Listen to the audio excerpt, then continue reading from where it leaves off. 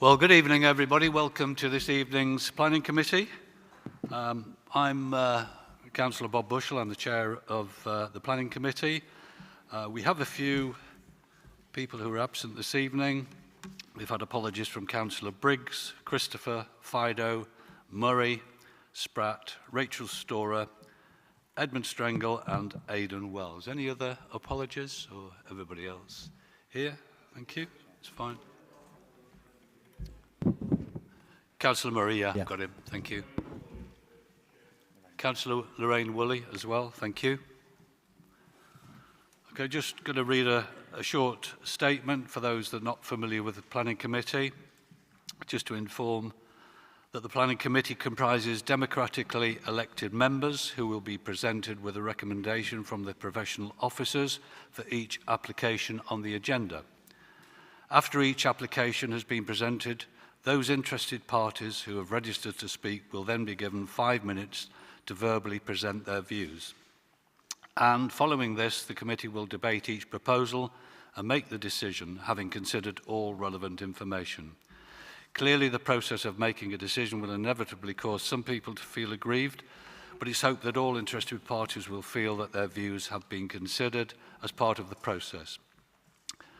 Please ensure that your mobile phones are switched off or set to silent throughout the meeting, and please refrain from attempting to speak from the public gallery unless you have formally registered to speak on an application, in which case the chair, that's me, will call you to the table, which is in front of us, at the relevant time. Thank you.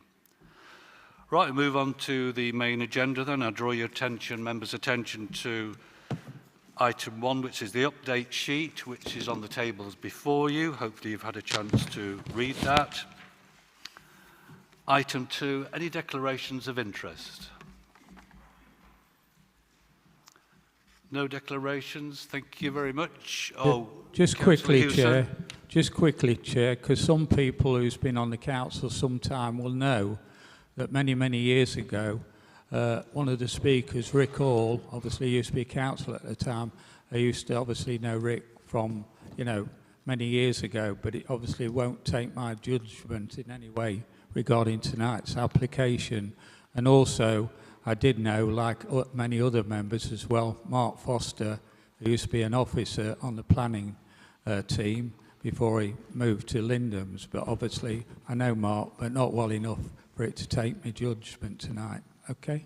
Yeah, thank you for making that clear, Councillor Hewson. I'm sure that is the case for a number of people here, but the application, the interest has been heard. Thank you. Right, we move on to the main applications then. Item 3A, Phase 1A, parcels A1 and A1A, Western Growth Corridor, Skellythorpe Road, Lincoln, and pages 5 to 98. And Kieran is presenting the application. Thank you, Kieran. Thank you, Chair. Good evening, everybody. So the application site is the first phase of residential development for Western Growth Corridor, which was approved as outline application by full council in January 2022. I'll just talk you through some of the initial slides. So this is the overall master plan that was approved under that outline. Access points from Skellythorpe Road to the southwest, Tritton Road to the east, Beaver Street to the north. This is the site in question for this first reserve matters application, known as Phase 1A. So this comes off Skellythorpe Road itself. Some site photographs. I'm sure most of you are very familiar with the area, so I won't dwell on these too much. But views of the site, obviously at the moment with the initial works that are underway on the highways at the moment. In from Skellythorpe Road, and again from the other sides, that's looking towards the west, I think. View along Pig Lane into the site, towards some of the properties on Burley Road and Haddon Close from within the site itself. Again, along the line of the proposed Spine Road and the Catchwater.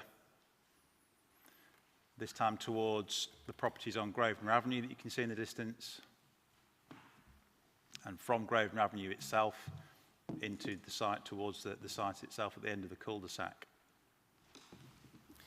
So this application, as I said, is reserved matters for the erection of 52 2, 3 and 4 bedroom dwellings as indicatively shown on the original phasing plan of the outline application.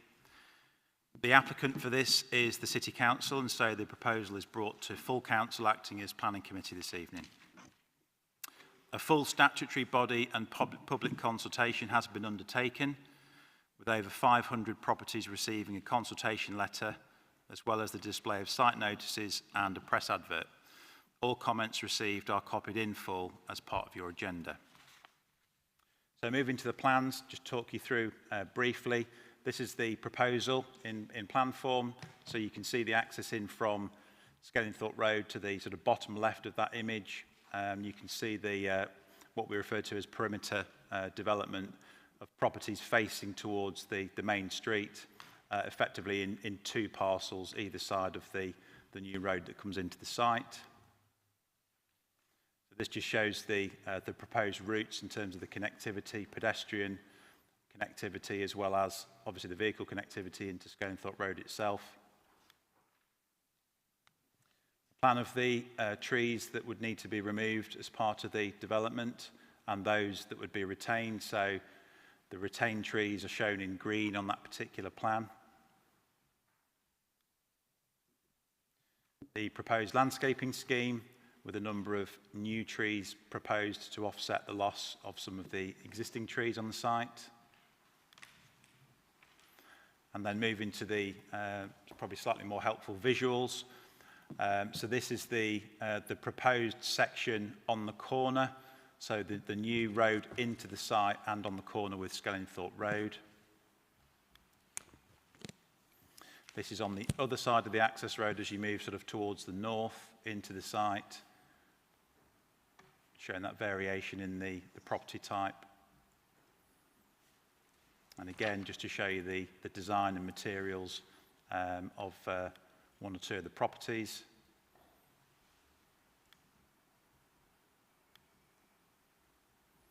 And then this shows effectively the rear of some of the blocks of the properties where the parking provision is laid out, the additional landscaping and tree planting, as you can see, rear boundary treatment and so on.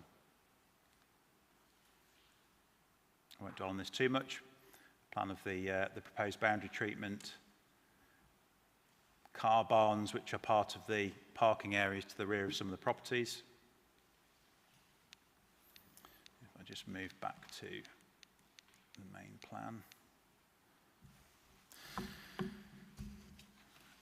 So the issues for consideration are laid out on page 7 of your officer report, and I'll briefly outline the main points in turn.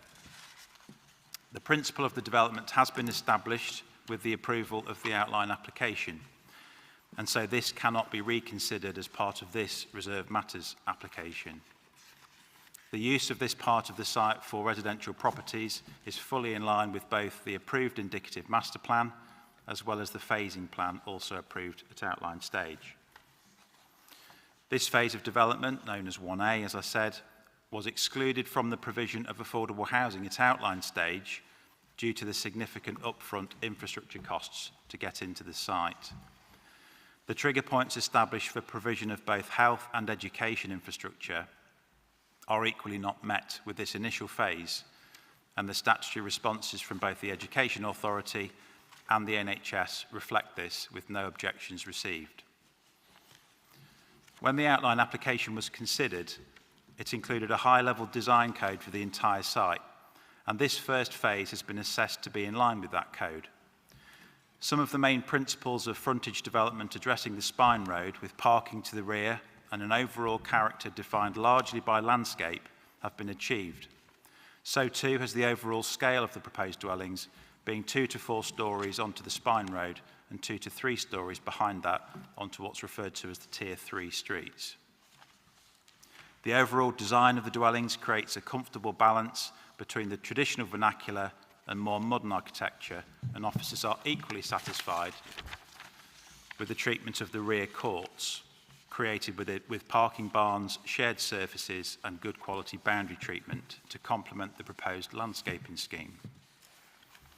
Officers have considered the impact of the proposal on the residential amenities of existing residents, which is detailed within the body of the report. But in summary, it is considered that all interface distances are sufficient to mitigate any impacts of loss of light, overlooking or overbearing to a level deemed acceptable.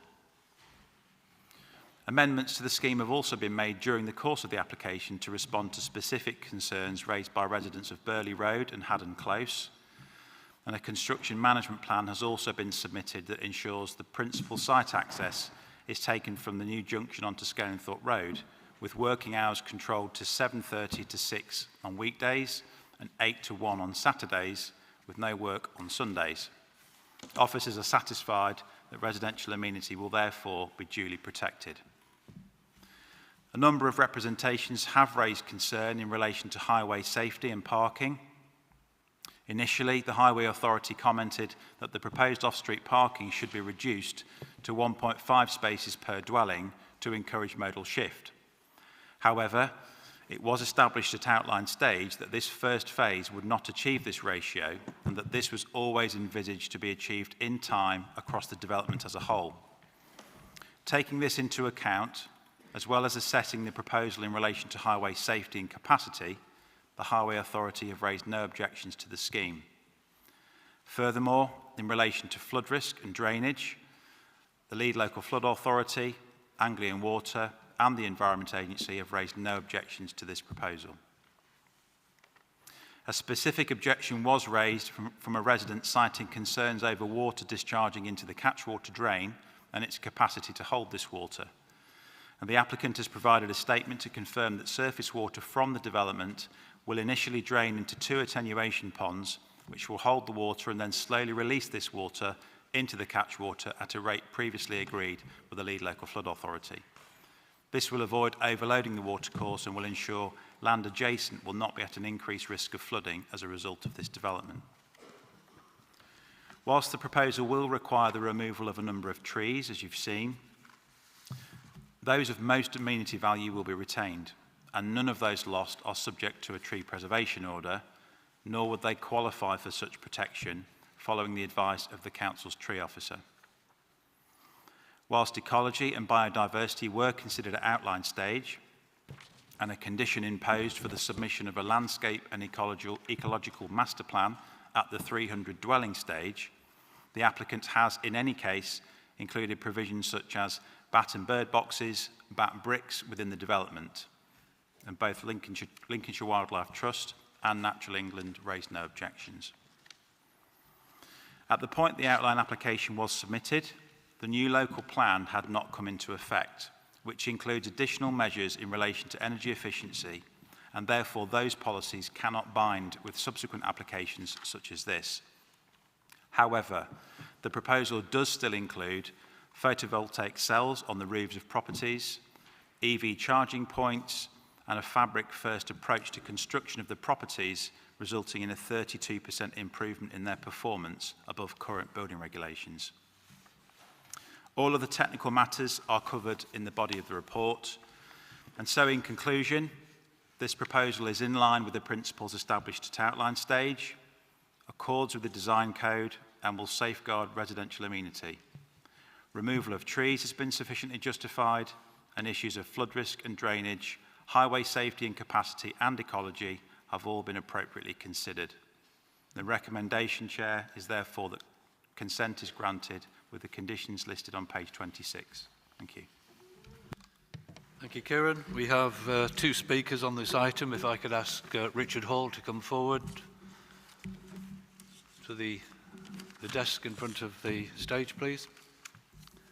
You have 5 minutes to address committee. Mr. Hall, we'll give you notice when you've got 1 minute, because you probably won't be able to see the traffic light system, which I think you're familiar with. The timing will start when you're ready. Can they hear me? Perhaps move that down just a little bit. Speak directly into the microphone. Just 1 second. Right, when you're ready, Mr. Hall. What is a quiet cul-de-sac on Forest Park?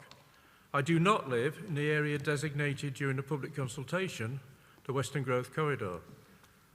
We were promised that all development would be from the new junction on Skellingthorpe Road.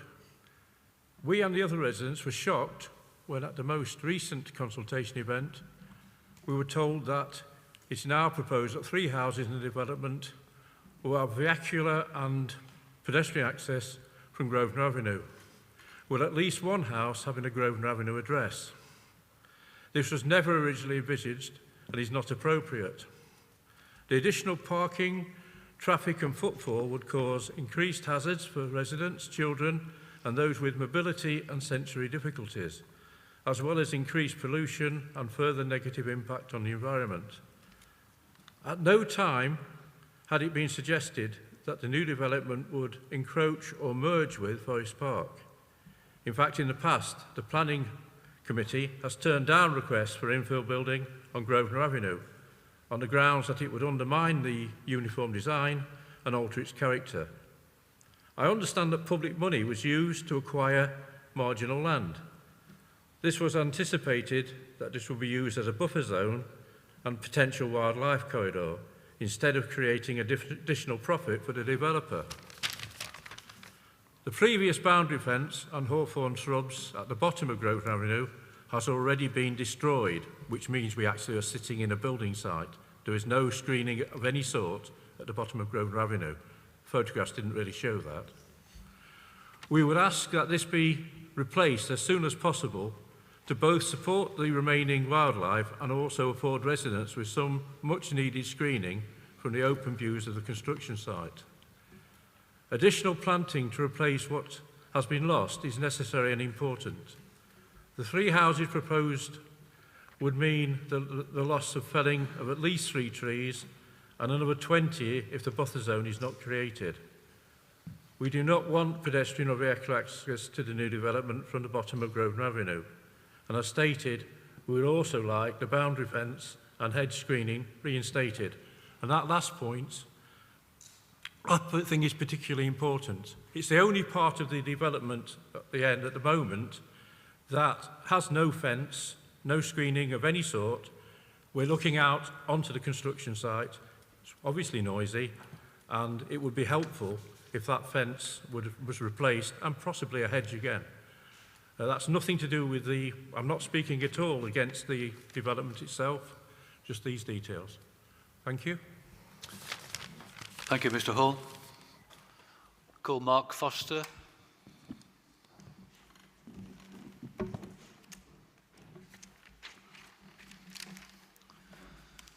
Same 5 minutes for you, Mr. Foster. I'll let you know when there's a minute remaining. Thank you. Good evening, everyone. I am Mark Foster. I'm a director with Lindham Homes, and I thank you for the opportunity to address you all today. It is now 2 years since I was part of the applicant team which addressed you all when you were considering the outline application for the wider site. Since that time, you'll be aware of the great strides that have been made to bring forward what is a very complex development. The new junction and the access into the site from Skellingthorpe Road is moving towards completion later this year, whilst funding has also been secured to deliver the second access, the Tritton Road Bridge, and a further application to facilitate the construction of this bridge is on your agenda later this evening. This continuing upfront investment has been made to predominantly facilitate the building of much-needed housing for the city, and we are really pleased to be sat before you this evening with a positive recommendation from your officers for the first phase of residential development at the site. As one of the gateways into the wider site and the first residential development to be brought forward, we wanted to set the standard by which future proposals would be judged, whilst also responding positively to the constraints and opportunities of the site. As part of the design evolution of the scheme, we've held 2 separate public consultations and worked with key stakeholders in arriving at the proposal you see before you today, including your officers, whose feedback and guidance has been critical in moving the scheme forward. The existing constraints do have a very specific impact on the layout, and in particular, there are existing features which need to be positively responded to by the development. These being the catchwater and the public rights of way to the north of the site, Skellingthorpe Road and Birchwood Avenue to the south, and finally the main development, Spine Road, which runs through the middle of the site and where individual vehicular access is specifically restricted. These factors combine to lead us to the perimeter block layout which we are proposing, creating active and predominantly car-free frontages to the Spine Road, the Catchwater and Skellingthorpe Road, whilst also prioritising the views into and out of the wider site. The street scenes are defined by variations in scale and massing and detailing, which you've seen on the screen. These break up the blocks, and particularly along the main Spine Road, and create some visual interest whilst preventing too much repetition, which was a key thing for us. The overall design approach is modern, with some traditional features such as bays and dormers to help the development assimilate with its character of the part of the city within which we're building. It also has sustainability at its heart, significantly surpassing current building regs and even the anticipated 2025 Future Home Standard in terms of both building performance and carbon reduction. We also wanted to create a landscape quality to the site, retaining key landscape features but also creating new public open space, as well as new routes into and out of the site. These routes and connections were specifically important elements raised during our consultation events and have been incorporated into the design. We do recognise the concerns of the neighbours and have worked with residents over some time to try to address these where we can, accepting, of course, that most developments have some sort of impact. This has specifically seen the houses move further away from existing residents on Burley Road and Haddon Close, with boundary vegetation retained to improve the relationship here. We also appreciate the comments made by residents of Grosvenor Avenue and Mr Hall's speech tonight. These issues are addressed in the officer's report. However, I would add that the turning head at the end of Grosvenor Avenue is unusual in that it already projects somewhat into the site. As such, the development has to consider it, and we feel the proposals do respond positively to what is a constraint, fronting this road and ensuring development does not turn its back on Grosvenor Avenue, which we feel would be harmful visually. Also, the pedestrian connection to Grosvenor Avenue is a claimed public right-of-way, meaning a connection does have to be maintained here, although we do hope in time that Grosvenor Avenue residents do benefit from improved access into the wider site and towards the city centre beyond. To conclude, hopefully members can see that as an applicant team, we have provided a comprehensive proposal which would complement the existing character of the area and is befitting of the site's gateway location. The aim is for the development, if approved tonight, to be built by Lindham Homes. We are a local house builder with our own local workforce and subcontract supply chain, meaning these houses will be built by local people, for local people, in what we all hope will be a truly aspirational place to live. Thank you. Thank you, Mr Foster. Okay, we'll open it up then to members of the committee for questions or comments. I'm going to ask officers to respond to 3 questions at a time just to make it a little bit more interactive. Anybody? Councillor Hewson. Yeah, thanks, Chair. Well, my mind goes back. What's the date today? January the 31st, 1st of February, tomorrow 2024. I go back some time as a councillor, as many of you will know, and I remember taking over from a councillor called Pete Archer. And I took over a lot of paperwork from Pete, and one of these booklets was called SWAG, I think it was called SWAG. It was basically Swampole against growth.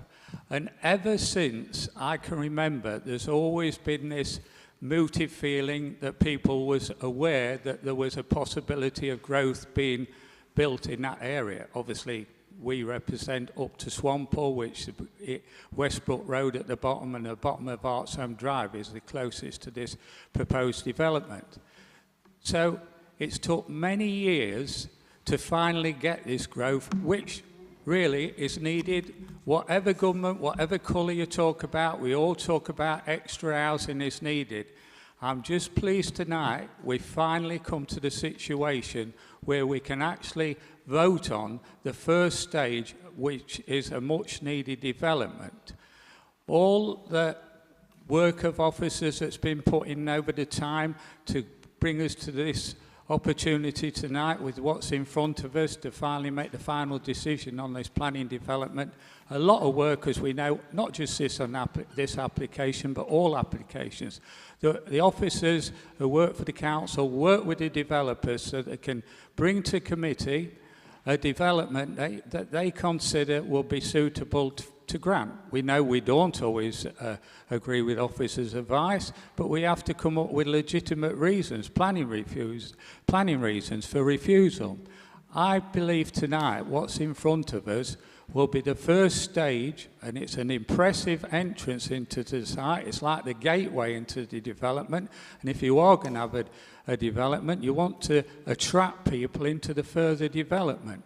And I think, just looking at the screen behind you, Mr. Chairman, there's a lot of green areas still in that area, and there's going to be a lot of attractive houses and that for people to buy. And we want people to buy houses as well.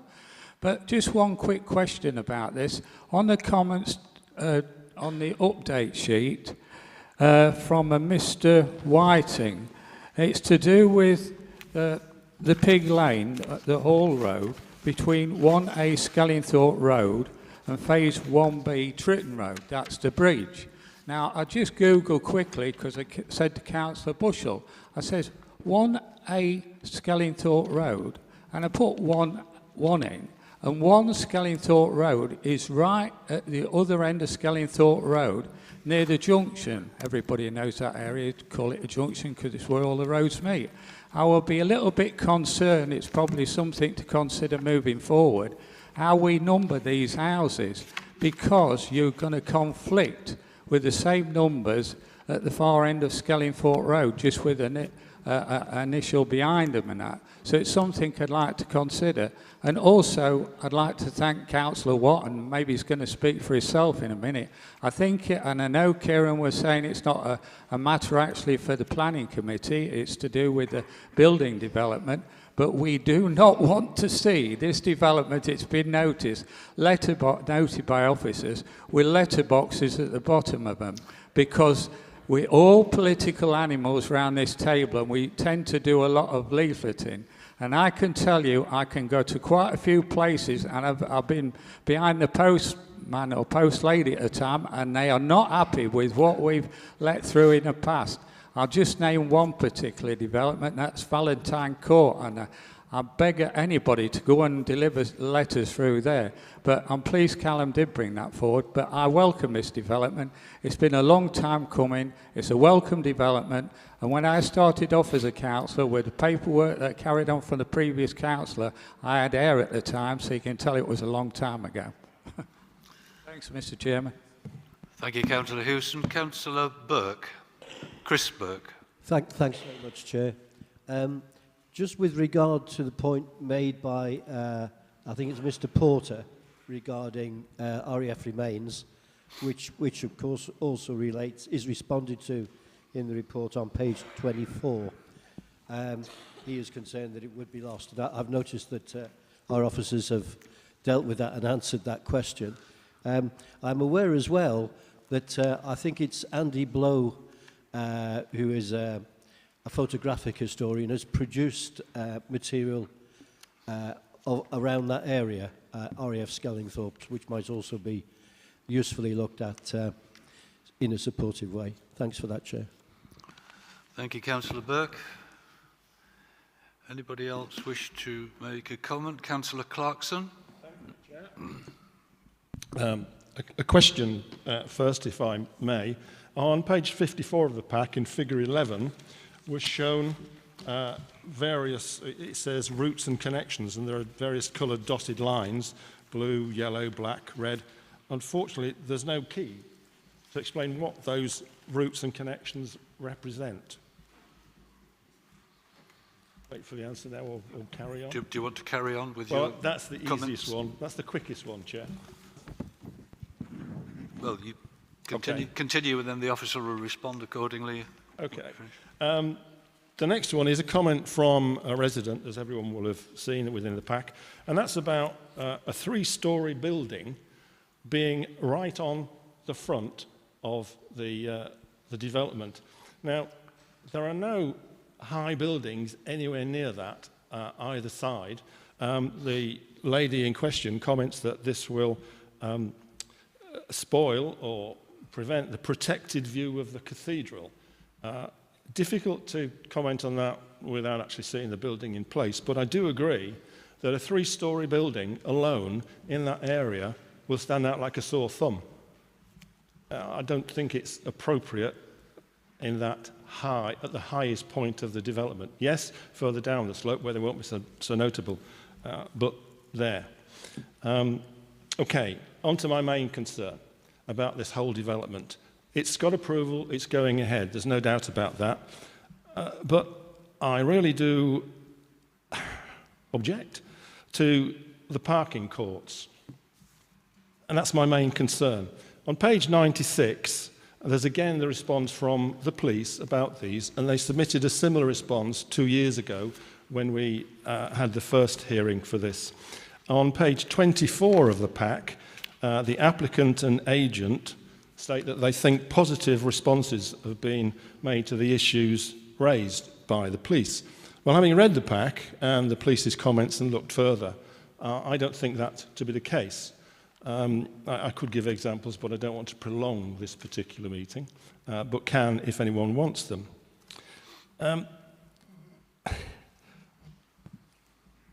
We've got parking courts. These parking courts are outside the boundaries of each property, so they aren't owned by the resident of the house. They're screened from the housing by high fences, as we were shown earlier on.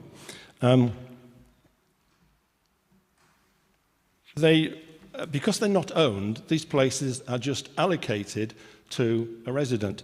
I believe, but can't really make out from the documents, that there are two, in this particular instance, 2 parking spaces per property. But as they're allocated, what guarantee is there that they can be only used by the resident, the owner of the property? If everyone plays nicely, there won't be a problem. But typically, where parking's concerned, people don't play nicely. Also, has any provision been made for visitors? People will want to visit these properties for all sorts of reasons, but it doesn't appear that there is spare capacity within those parking areas. Who will be responsible for cleaning and maintaining them? There's a lot of greenery around. Yes, they've got landscaping, which includes trees. Trees lose leaves. Well, deciduous trees do anyway. So that can build up over time, but who is going to be responsible for cleaning and maintaining these parking courts? For safety and security concerns, will the areas be well lit? I don't see anything in the pack about that. Delivery drivers. We all know delivery drivers are always in a hurry. They want to deliver their parcel and get off to their next drop. Will they be expected to drive round to the parking area and deliver to the property via the back door? Will residents be happy to take deliveries, or anybody visiting the back door? Or will, as is probably likely, they just park on the spine road, deliver to the front door and disappear to their next delivery? There are comments where the pack talks about not putting garages in. There's a comment that people don't park cars in garages anymore. Well, I can explain that if I just look across the road to my neighbour. His 64 registered small Toyota car doesn't fit very well into his 1970s garage. If you build a garage that will take modern cars, then people are likely to park in them. We've heard of these parking barns. I think we used to call them carports, as an excuse of not putting in garages. And one benefit of having a parking barn is said to be that it provides 2 spaces, one under it and one in front of it. Well, believe me, garages normally do that as well, one inside it and one outside it. You can see it. We have this utopian dream that there are going to be very few cars in these places, or no more than there are parking. And we've already heard that, yes, that we were told that the standard would be an average throughout the whole development of 1.5 parking spaces per property, which doesn't apply to the first phase. And if there are 2, that means that later on, some will only have 1. There's another comment from the County Council about the low proportion, low percentage of residents in the immediate area that don't own 2 cars. Well, that's a fairly meaningless statistics because those people aren't likely to be buying these properties. But I can take you to areas not far, and I'm sure many members would have seen, not far from this junction, the newer areas, and I speak relatively newer areas, of Fulmer Road and Birchwood Avenue, small, nice, tidy closes. You go down there during the day to deliver your literature, and they look very nice. plenty of space. Go back in the evening and they're cluttered with vehicles. There's a car in the driveway, there's cars parked on the pavement, there's works vans. You get the typical, and it seems to be typical nowadays, two-car family, and then they have children grow up, teenager passes the test, want a car. So you have to think about this. The car isn't going away. So just looking at my notes, sorry. Car insurance. On a car insurance application, one of the first questions after your name and address and what type of vehicle you've got is, where is your car parked overnight? The best answer you can give is in a locked garage on the property. The next best answer you can give is on the driveway of the property. The worst answer you can give is in a public parking area, out of view of the premises. I think we've already heard, and we know that the council said they want to build these first 52 houses to set the standard to be a high standard. Well, I think people, prospective buyers for these properties, would expect there to be a garage included. I think there's all sorts of security concerns, and they are listed by the police, that relate to having open parking areas around the back of properties that provide opportunity for crime and other reasons. I don't think the lack of a garage equates to a high standard property, and I think it will be a negative aspect of this development to be not garages, and I think it will be a disincentive for people to buy them. It would be far better if we adopted a standard, had garages with driveways for each property. And I think that's, yes, thank you. Thanks, Chair. Thank you, Councillor Clarkson. I'm going to ask Kieran to respond to those before I bring other members in. Thank you, Kieran. Thank you, Chair. I shall do my best.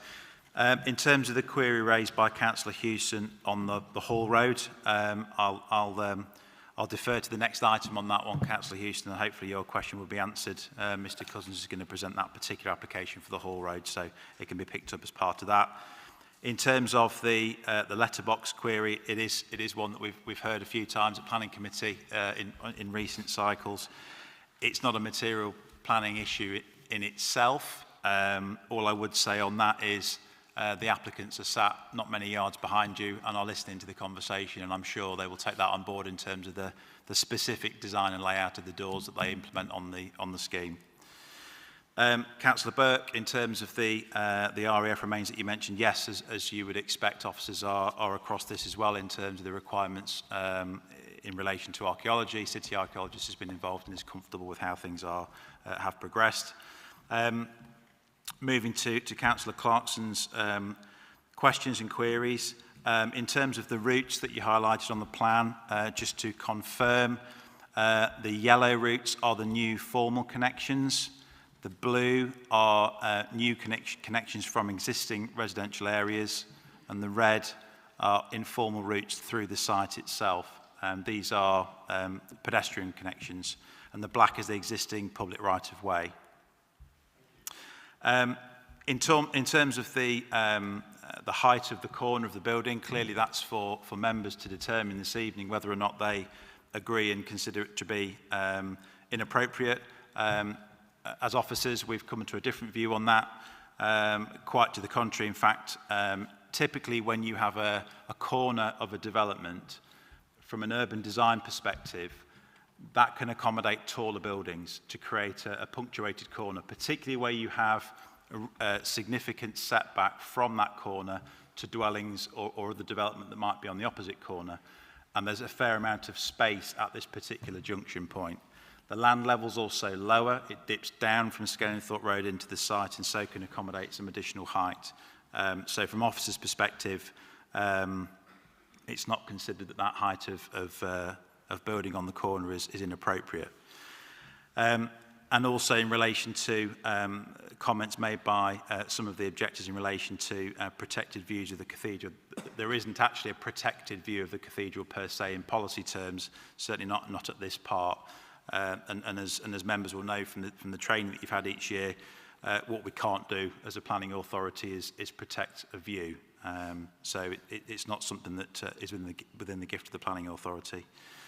In terms of the parking courts and the comments made by the police, clearly it's something we have to balance in the overall scheme of the development and the benefits of delivering the scheme, the limitations that we have, the type of layout, trying to strike the right balance in terms of urban design, safe frontages of the development, something that, as we've said, sets the tone for the rest of the development.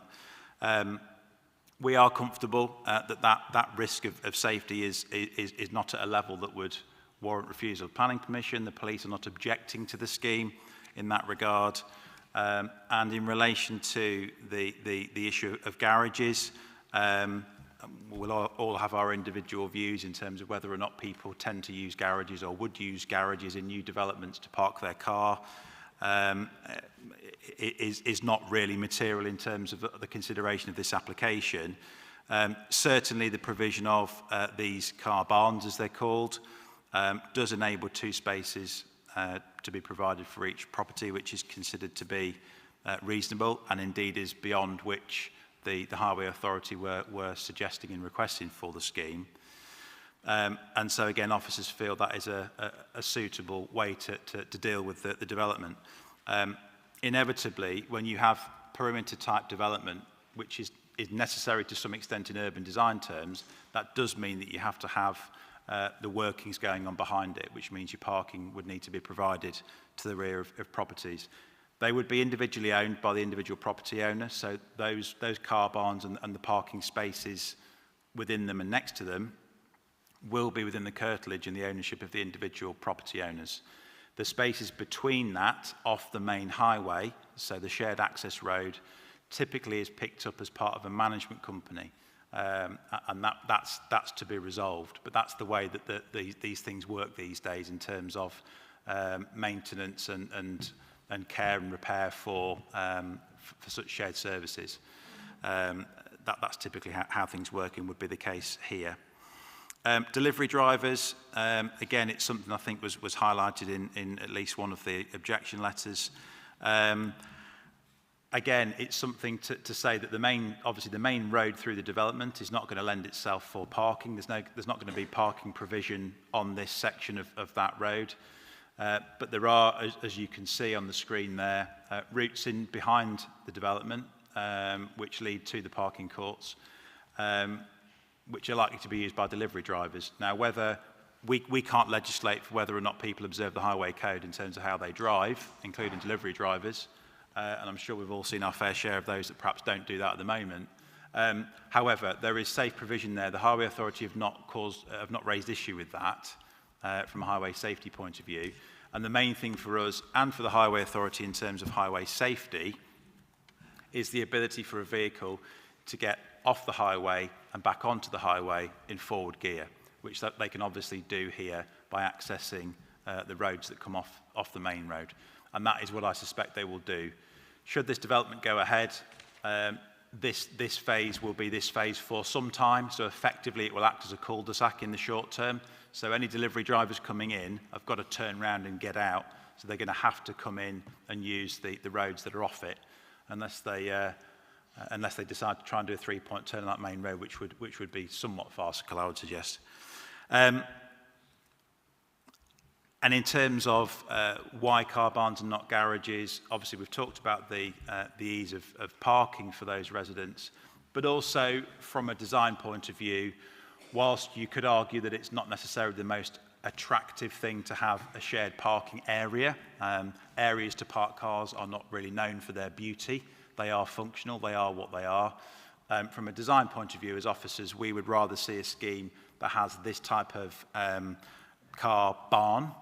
Carport's probably a bit of a harsh terminology to use, but certainly these structures are more aesthetically pleasing than garages, which you would get a traditional garage court, which from our perspective as officers would be potentially visually harmful. So hopefully, Chair, that covers the first batch. Thank you. Thank you, Kieran. Okay. Councillor Bean. Thank you, Chair. My question is on the Pig Lane access. At the moment, it's being used for all the works traffic.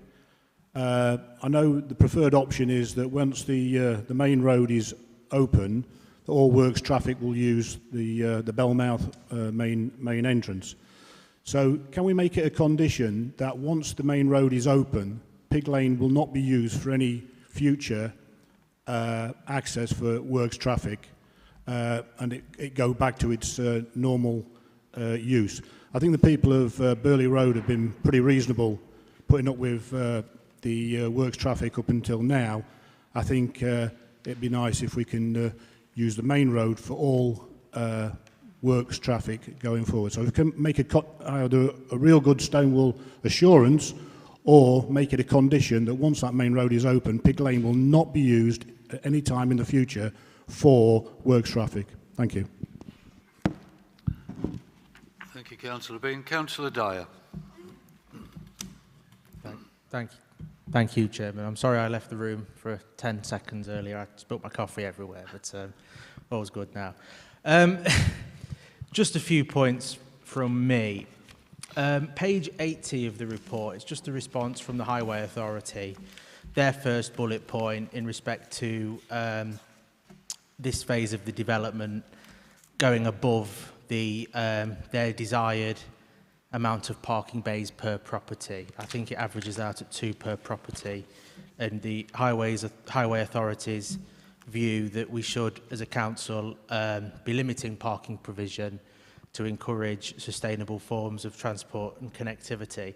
I think, to be honest, whilst that is noble, and I think we should have a desire to ensure there's cycle links within the entirety of this development and the sustainable forms of connectivity. I do have concerns with the line that they're taking in respect to 2 vehicles, I think it's 1.5 throughout the entirety of the development, and the concerns raised for 2 spaces. And I think the applicant should probably challenge this moving forward. I think Councillor Clarkson, you made a point about new build developments where there are cars everywhere, and it does look unsightly. I can think of properties in my own ward built by the applicant, Abbotsford Way, which in the evenings there's cars everywhere because there's not enough off-road parking provision. So I do think the applicant should probably have another conversation with the Highway Authority on that. Just on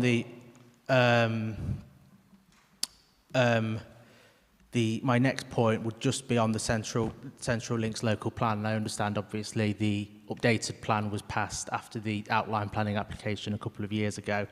My only point would be, just given the significance of this application and who the applicant is, it is a tad disappointing that that they aren't adhering to the Central Links local plan in its fullest. And I do note and accept that steps have been taken here that they wouldn't have had to have done for when this application was originally passed. But still, I think, as I say, given who the applicant is and the size of this development and the facts that this development will span many people in this room's lifespan, you know, it's just disappointing that, I think.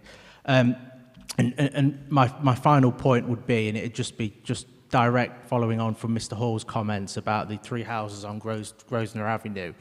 I accept the response by Kieran Manning, the planning officer, and the response within the report, and the reasoning behind that. So I can understand those points. I'd just probably say I think it's a tad cheeky, given that, you know, I think throughout this entire process we've been assured that there'll only be 2 accesses to this development, and I appreciate it's only 3 properties, but it is a tad cheeky. But I think, on balance, Chairman, I'm probably minded to support this application of this item. Thank you. Thank you, Councillor Dyer. Councillor Watt.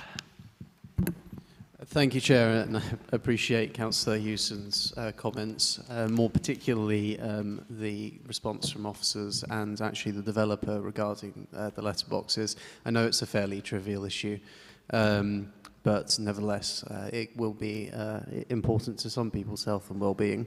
So I hope they follow through on that. Of much more interest in some respects were my comments about the cycle lanes, and again, I appreciate the time that has been taken to answer those queries. I know they're not material for this particular application, but again, I hope they follow through on what has been said. I'm particularly pleased with this application on the basis of its commitment to energy efficiency. I think that was quite something that was mentioned quite extensively in the granting of outline planning permission. I'm pleased that the homes which are planned to be built will be ahead of the Future Homes Standard in particular. I think that will be very impressive, and again, I hope that that is carried through the rest of the development, starting as we mean to go on, as it were. I was wondering if, and of course on drainage as well, the use of attenuation ponds, hopefully that will start to put to rest some of the concerns that have been expressed by residents and others regarding drainage on the site. I was wondering if officers could perhaps elaborate on the issue of screening for residents on the development, as was noted by one of the objectors, and was also noted by the developer during their speech. We should be setting good precedents for this development going forward. Obviously, it largely encompasses a good chunk of my ward, and there are other streets, such as Hartsholme Drive, as Councillor Hewson has mentioned, which I don't think in the outline planning permission are supposed to have additional houses attached to them. So I have some sympathies to the comments that have been made about additional houses being attached to Grosvenor Avenue. I'd like to know that there aren't going to be any ones put onto the end of other parts of the development, if that makes sense, or other roads abutting the site. I also support in principle Councillor Bean's suggestion of a condition about Pig Lane. That sounds very reasonable to me, unless there is a very, very good reason why access should be maintained down Pig Lane once the main road is developed. If you could answer those points for me, I'd very much appreciate it. Thank you. Thank you, Councillor Watt. I'll ask Kieran to respond to that. Thank you. Yeah, thank you, Chair. In terms of the issue in relation to Pig Lane, both Councillor Bean and Watt raised there, condition 31 of the original outline consent actually requires, it's in the construction management plan that the new road will be the principal access for the site, and that was conditioned on the outline. I will let, as I say, Mr Cousins come in on that, because it does relate as well also to the next application for the Hall Road in terms of how that's going to work. But that is very much the intention, that that principal site access will then be in through from the main road. In terms of the comments raised by Councillor Dyer, yes, as you mentioned, the parking provision at 1.5 spaces per dwelling being the intention and the aim across the site as a whole. And again, the reason that this was agreed to be at 2 spaces for this first phase is because 1.5 spaces is a notable reduction in what is typically found on new schemes. And whilst, yes, moving towards modal shift is where we want to be and where we need to go, that is something that needs to be supported with all the relevant infrastructure and changes that will happen across the city in general. And we are somewhat ahead of that at this point in time, which is why it was seen as being reasonable that this very first phase would need to work as things are now, and therefore that the 2 spaces per dwelling was considered to be appropriate and reasonable. That is obviously something that can be revisited, as I mentioned previously, with the original condition on the outline, stage by stage for each reserved matters application. And that potentially will vary as development comes forward, depending on the nature of that development, the number of properties, their typology, the size of them, and so on. Some will require more parking and others will require fewer spaces, so we can pick it up as we go stage by stage.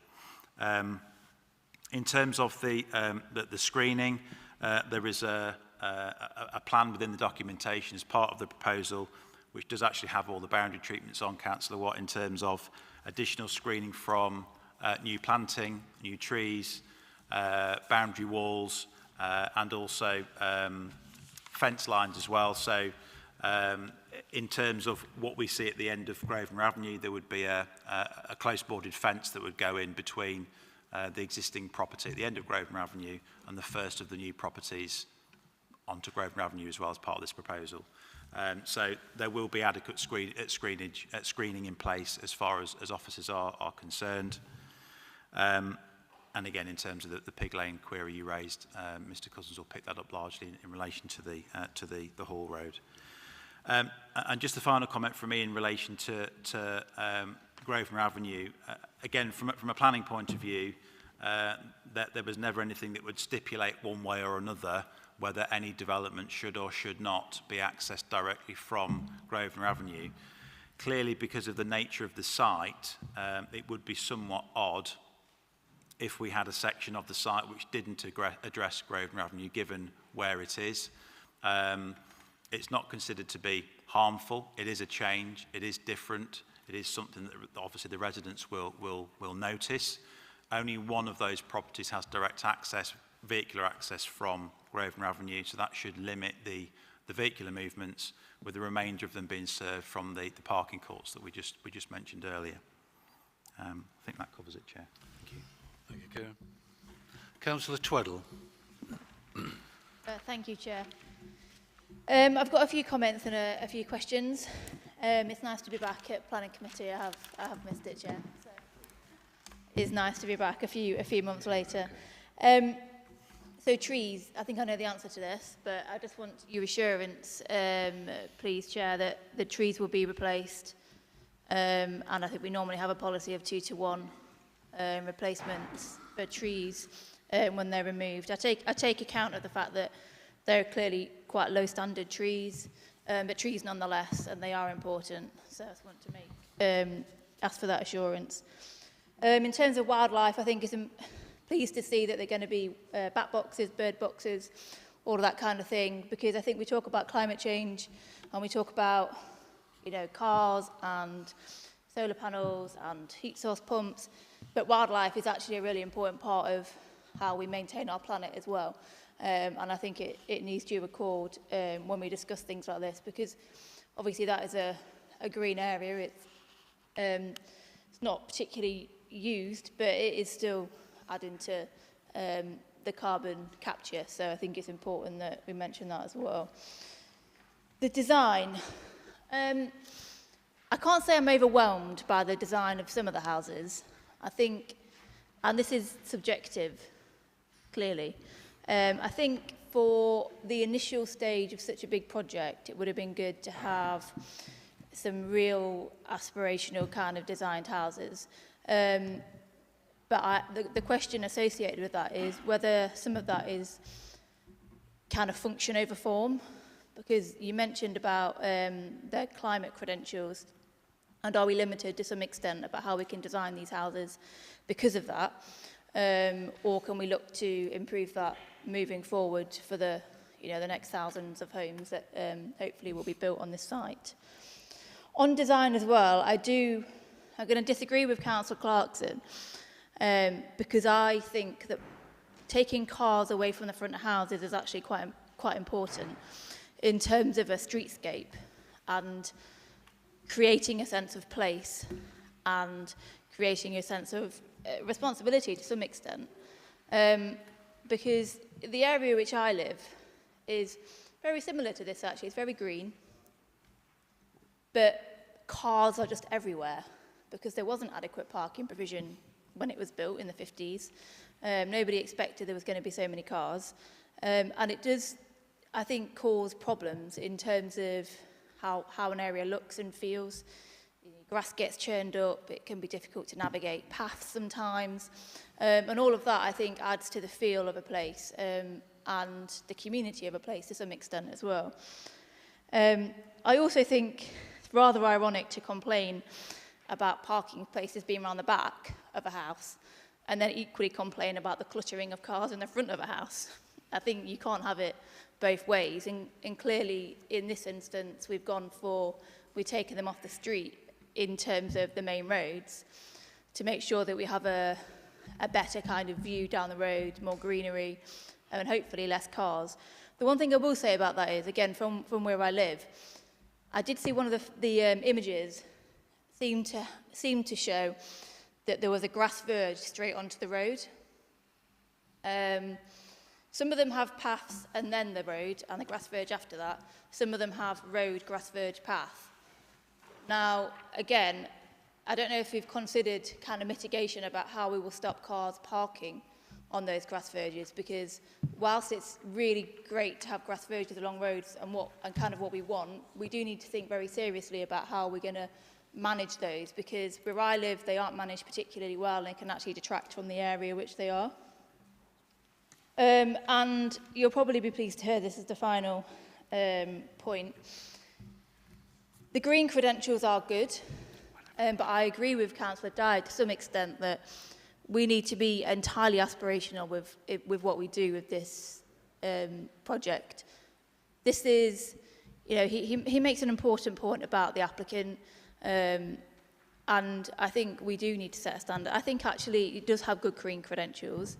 It's only the first 52 houses, and I'm aware that because of the infrastructure and things that need to be in place, you know, this is kind of unique in its own way, and it's only a small start. But I do think that if we are going to reach our climate targets, if we're going to change the world in the way that it needs to be changed fairly urgently, I think we need to be setting the standard in terms of what we expect from our houses, what we expect from our areas. But in saying that, it is the greenest development that I think I've ever seen on planning committee. So I think it's a good start. I just think we can never ever lose track of that, and I think we just need to hold that in high regard when we move forward with the rest of the project. Thank you. Got other people that want to speak, Councillor Clarkson, but was it a quick point you wanted to make? It's a point of personal explanation, if I may, Mr. Chair. Councillor Tweddle, I'm not against parking to the rear of properties or advocating parking in front of properties. My main objection to the development is the use of parking courts collectively, and the fact that that does go against some quite strong recommendations or points made by the police.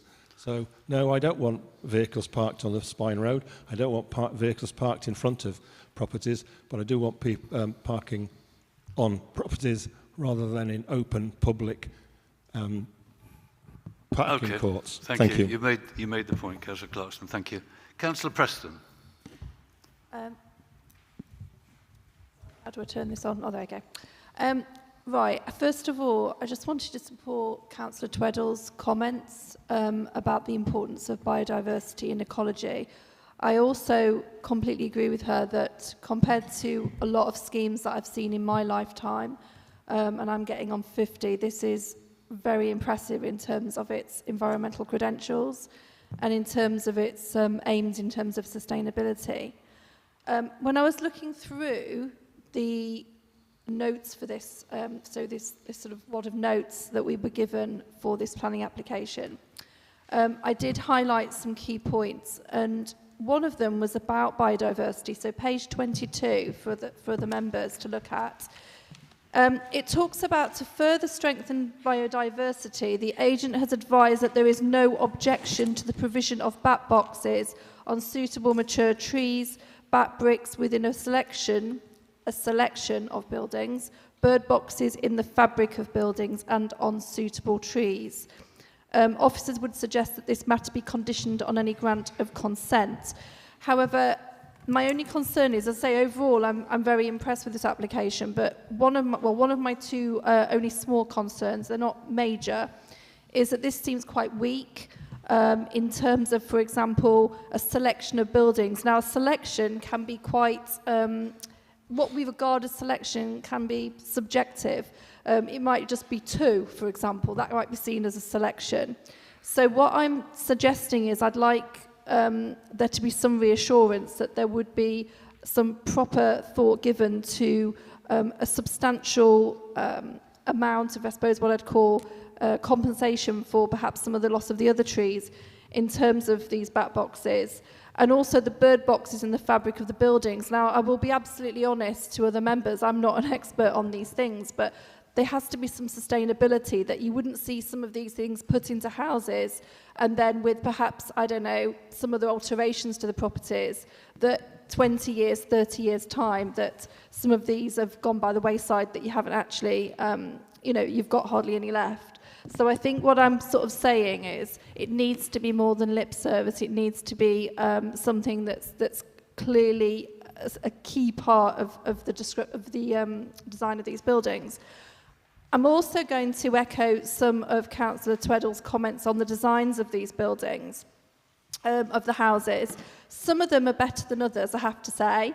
I think some of them are very interesting in terms of the arched windows. So if members would look at page 53, I want these comments kind of noted because it's just something that I think can be a bit of a bugbear. These look really lovely, but if you look at the arched windows, it would be lovely to have some kind of interesting brickwork or something around them rather than them just sort of put into the building. The rendering, the white rendering, there is a property or a block of flats in my ward which has got white rendering like some of these properties have got on. And I have to say, a few years down the line, they do start to look a little bit tired. They seem to not weather as well and look, they don't age well.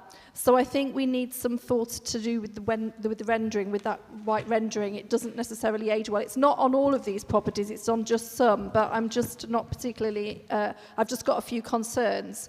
And again, I'm going to be honest, I'm going to be petty here because, well, it's not being petty, it's because these are going to be properties people live in.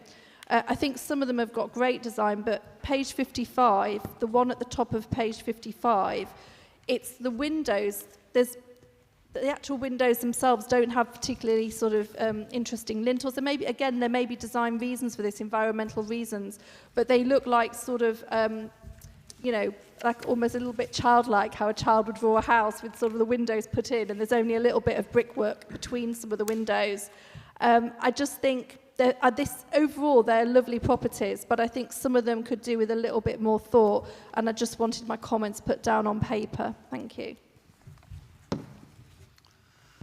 Thank you, Councillor Preston. Anyone else wish to speak at this juncture? I'll bring Kieran back to respond to those questions and then the opportunity for anybody else who wants to speak.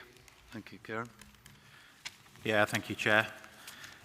So in terms of the trees, as you've seen in terms of the documentation, a lot of the trees on the site at the moment are in groups and have been assessed by our tree officer as not worthy of retention and of low amenity value. That being said, there are a number of new trees. I couldn't tell you the exact ratio, Councillor Tweddle, but there are a number of new trees, extra heavy standard trees proposed as part of the landscaping scheme for this. Certainly that we consider that would qualify in terms of offsetting the loss of those less valuable trees. And also, of course, the wider site, as we all know, gives significant opportunities for significant uplift and increase of tree planting, biodiversity net gain because of the nature of the site and the developable areas that we know that will be available to the site. So from an officer perspective, we are satisfied that issue has been well and truly covered as part of this proposal. In terms of the verge issue, the specific details of that were covered in the full application that was approved at the time the outline application was approved for the access into the site. So it is already determined in terms of the consent that's been given.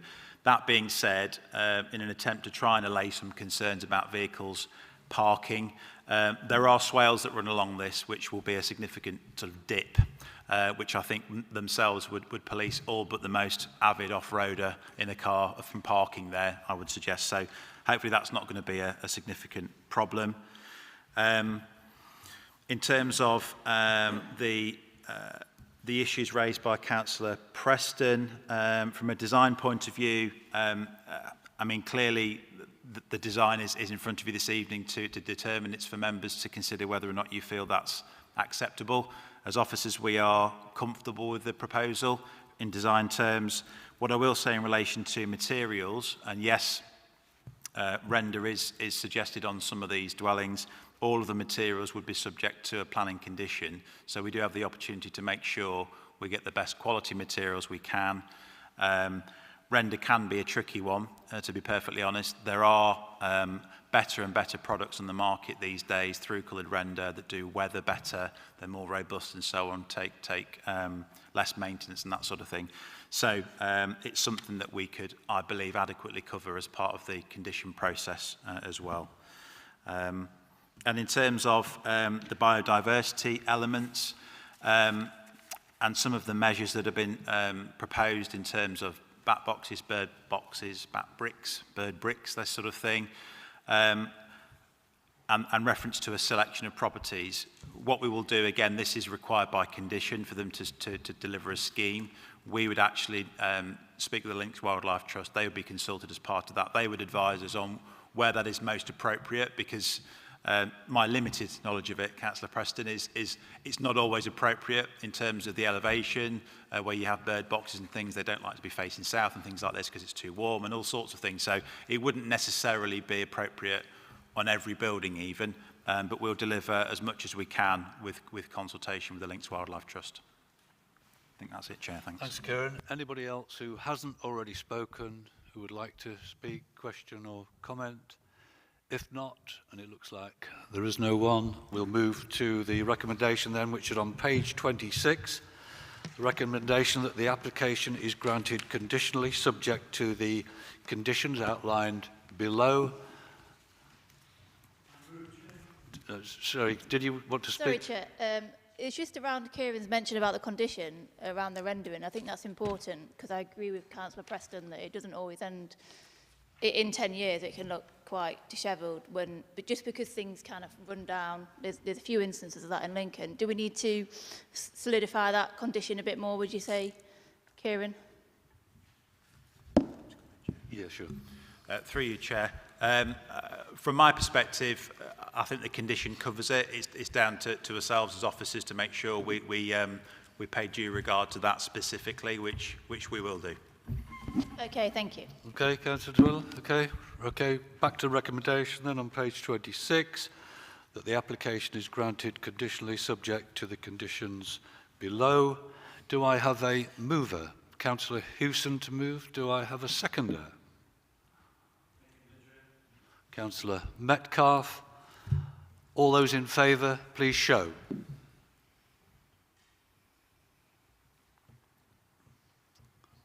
Have you got all those, Ali? Keep your hands up, please. Thank you. Anyone against?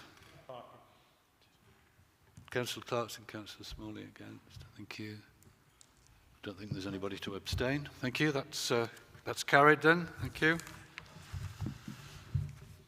Right, we move on then to item 3B, again Western Growth Corridor, the Lincoln Hall Road. And it's Simon to present this one. Thank you. Thank you, Chair. Just get to the appropriate point on the PowerPoint, if you bear with me.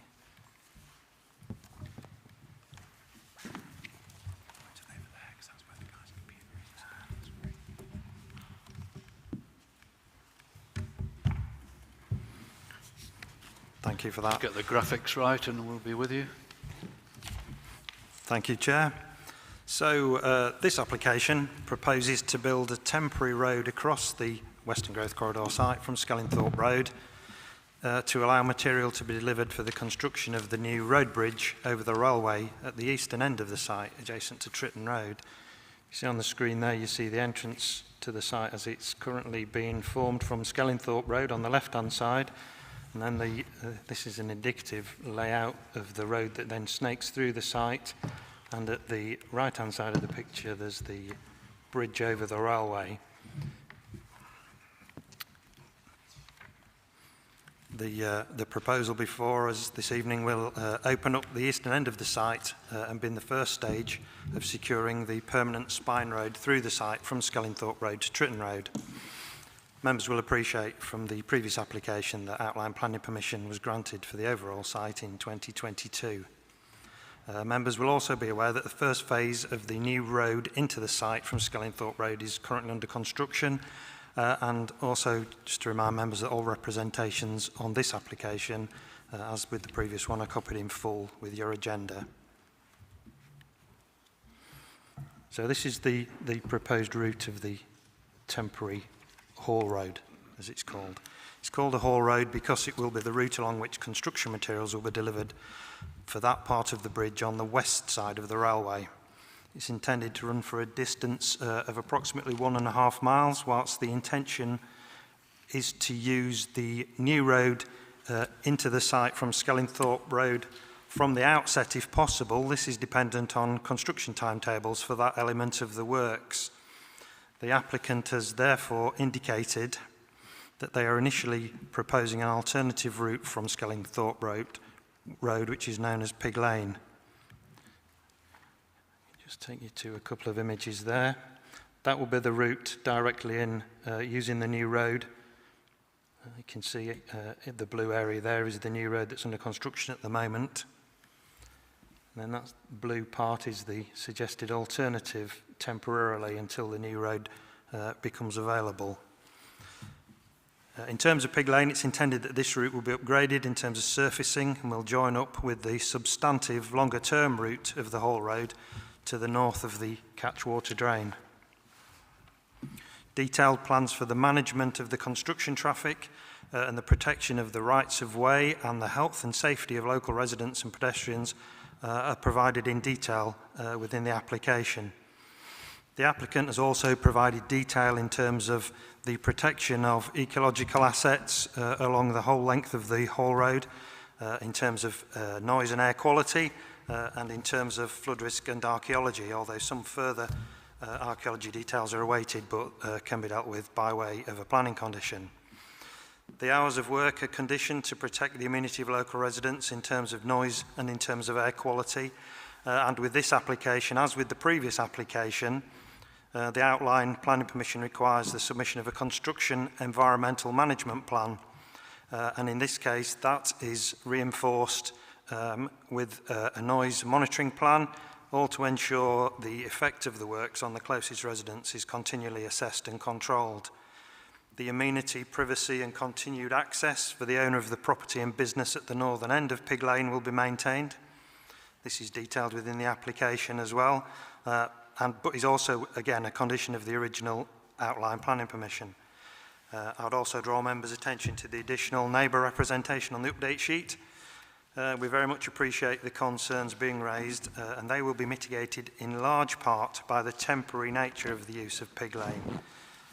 As suggested earlier, the applicant estimates that all haul road traffic will transfer to the new road as soon as possible following the works commencing on the haul road. This is likely to mean the times where the construction generates maximum traffic will be after the point where the construction traffic begins to use the new road. The Construction Environmental Management Plan states that the new road will be the principal site access. Overall, Chair, we're satisfied that the details submitted with the application safeguard the amenities of local residents and the environment, whilst also allowing and balancing the need for the consented development to progress appropriately. The recommendation, therefore, is that the application for the reserve matters is approved with the suggested additional condition on page 105 of your agenda. Thank you. Thank you, Simon. We have two speakers on this item. Can I call Debbie Grant, please, to come down to the table in front of the stage?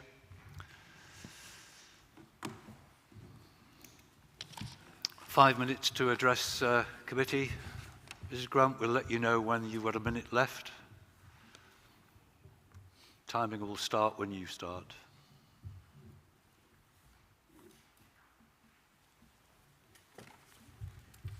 Well, good evening, ladies and gentlemen. Thank you for allowing me the opportunity to address you this evening. My name is Debbie Grant, and I am here to express my deep concerns and objections regarding the development near Lincoln Holiday Retreat, which is not only my home, but also the location of my family business. The retreat is nestled at the very end of Pig Lane. It is a haven of tranquility and natural beauty. Our unique selling point lies in providing a retreat location amidst a natural habitat, allowing our guests to unwind in private hot tubs with the Lincoln skyline view. We take pride in offering space for relaxation, exploration through lovely walks, bird watching, and creating a pet-friendly environment for all to enjoy. Over the years, we have built a reputation for being serene escape from the hustle and bustle of city life. Our location, a mile walk from Lincoln City Centre or the pub on the riverbank. We are an attraction for the wildlife enthusiasts and those seeking the beauty of our beautiful gardens and grounds. No longer the modest cultivation of land surrounds us now, though. Now the melancholic air of the sublet fields, mud is being driven up and down the lane constantly, and degradation has occurred rapidly. It is unfair on authorised vehicles and pedestrians. Pig Lane, once a lovely journey, has turned into navigating through a construction site and many entrances. Unfortunately, this has impacted my enjoyment, my guest experience, and everyday running of my business, and consequently now my reputation in regards of access. To cope with the adverse side effects of this, I am employing someone 7 days a week for 2 hours a day to clear mud and pothole fill. I must stress that I'm not opposed to progress or development. However, the current situation is causing me significant anxiety, frustration, and loss of income. Despite assurances that businesses would not suffer and support would be provided, the reality is starkly different. Attempts have been made to discuss these concerns with the Chief Executive of the Lincoln City Council, but they have met with delays. This leaves me an isolated business owner with services and others reluctant or refusing to use Pig Lane. If haulage road is crossing Pig Lane, will all become a bonded surface. The issue of dry or wet mud is a growing concern, and both bring hazards. Skellingthorpe Road is swept with a sweeper due to mud accumulation and debris. Should Pig Lane not have the same respect? The traffic laws are not being adhered to. The sweeper faces a challenge.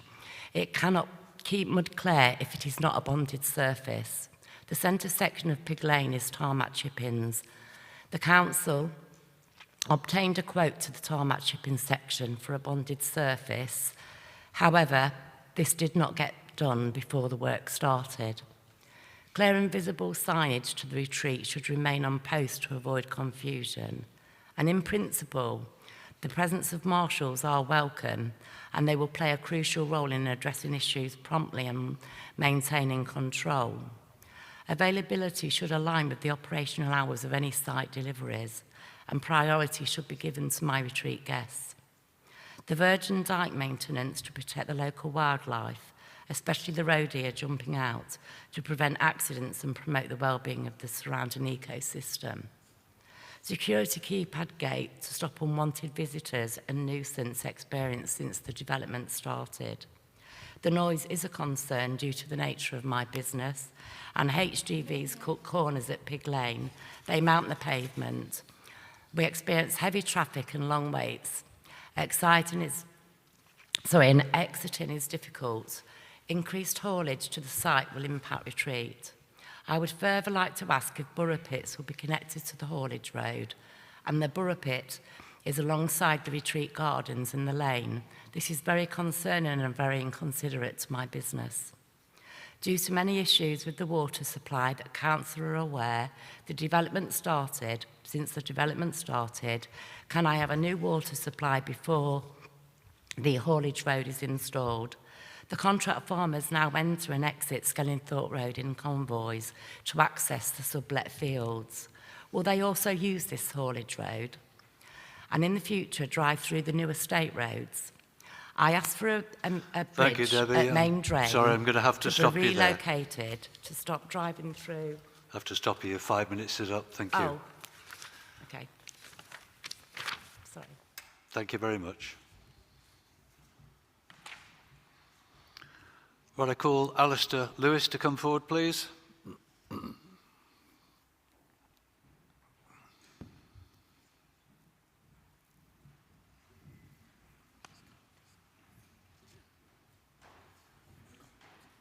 is cold, isn't it?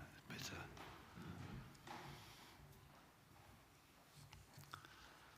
Same for you, Alistair, 5 minutes. We'll let you know when you've got a minute left. Thank you.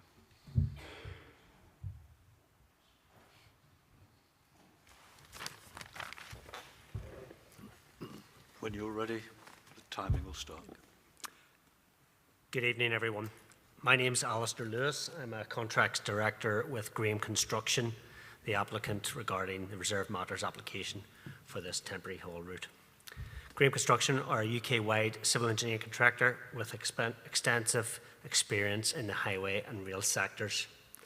Graham were appointed by City of Lincoln Council in May last year to develop the design proposals for the new road and pedestrian bridges over the railway from Tritton Road. This part of the overall scheme avails from significant central government investment via the Levelling Up Fund.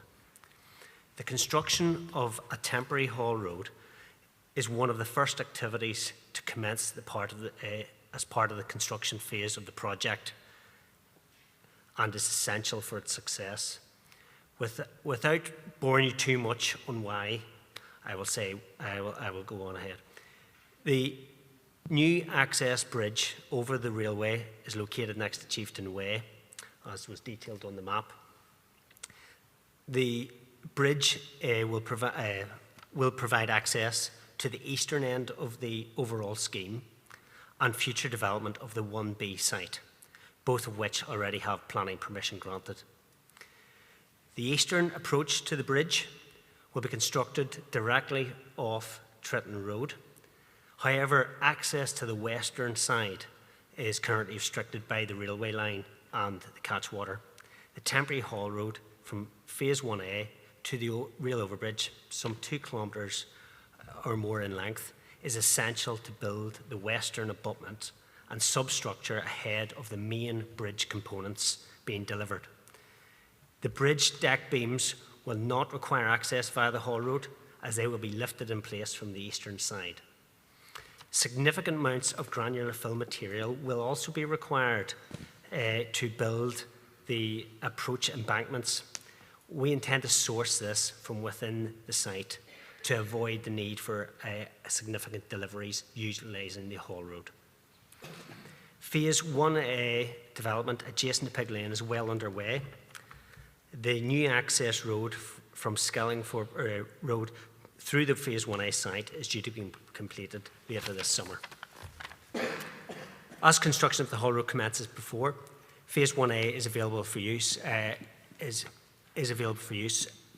So vehicle access may initially be via Pig Lane. This is so shared access of Pig Lane is necessary to deliver the materials and equipment to construct the haul route. Once Phase 1A roads are complete, vehicle access will switch to the new infrastructure, and interface with Pig Lane will be via a single crossing point. The route of the haul road has been carefully planned. Pre-construction, environmental, geotechnical and archaeological investigations have helped to determine its route. Moreover, the route has been selected to skirt along the existing hedge boundaries wherever possible.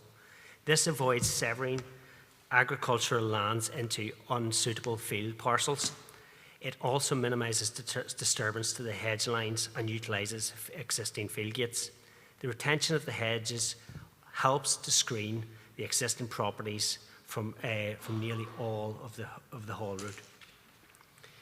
At its closest point, the haul route is situated over 200 metres from the residential housing southwest of the catchwater and over 800 metres south of the Lincoln Holiday Retreat. At the closest point is at the start of the haul route. So as the construction of the haul route continues, you actually increase that distance. To construct the haul route will require a relatively small workforce, plus some supervisory staff. This is due to the linear nature, providing limited work phones at any one time. A detailed construction environmental management plan has been developed for the project, including mitigation measures for construction-related noise. In summary, the successful delivery of the bridge project requires access to the western side of the railway via this temporary haul route in order to build the western approach embankment and abutment prior to the main bridge components being installed. The haul route and the location of it has been, like the entire project, has been carefully planned to consider ecology, the environment, cultural heritage and stakeholders to minimise any impact during the Thank you, construction Alistair. phase. I'll have to stop you there also. Thank you. Perfect timing then. That's great. Thank you.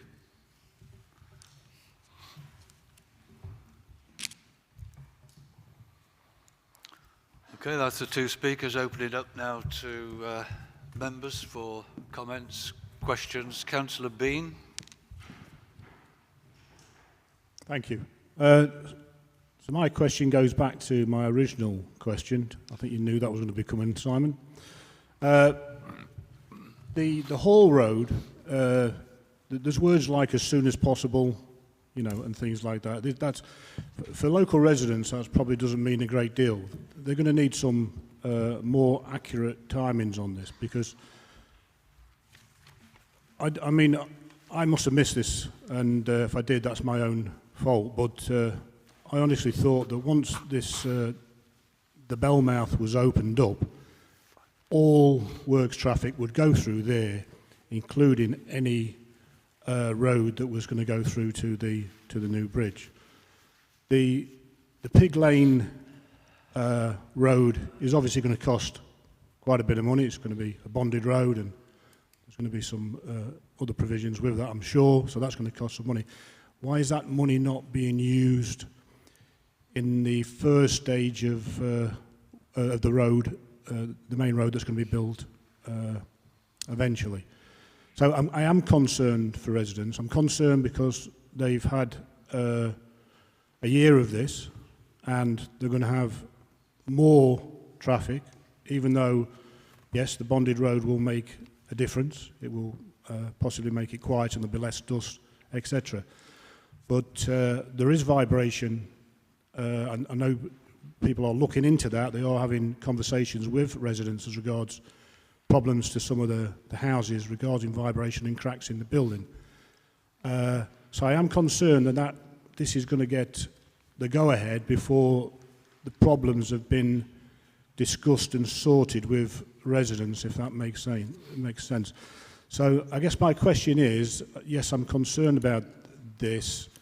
I can't see why we can't go through the main road to do this road.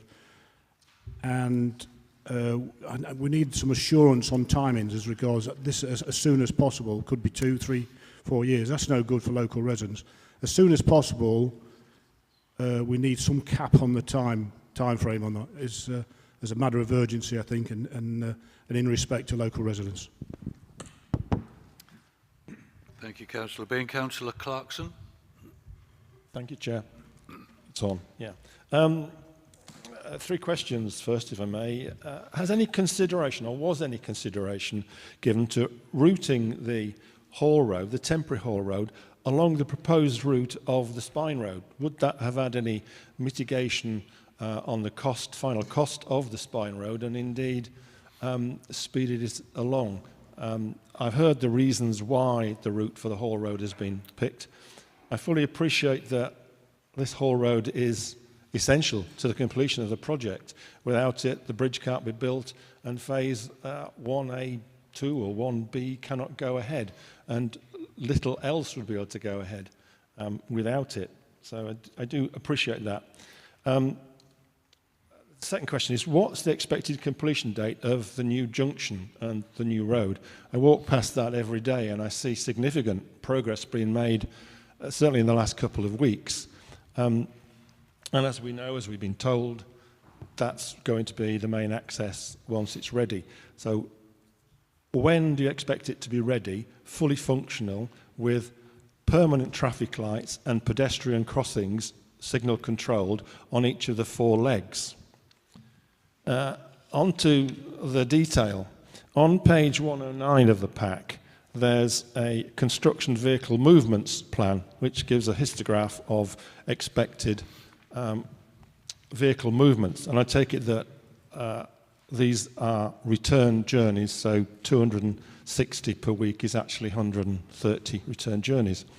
And this goes in with what Councillor Bean's been talking about, and the letter that we were presented with at the start of this from the residents at 1 Burley Road, and the problems they've been suffering already. Now, when I look at this, the plan starts 6th of May, 13th of May.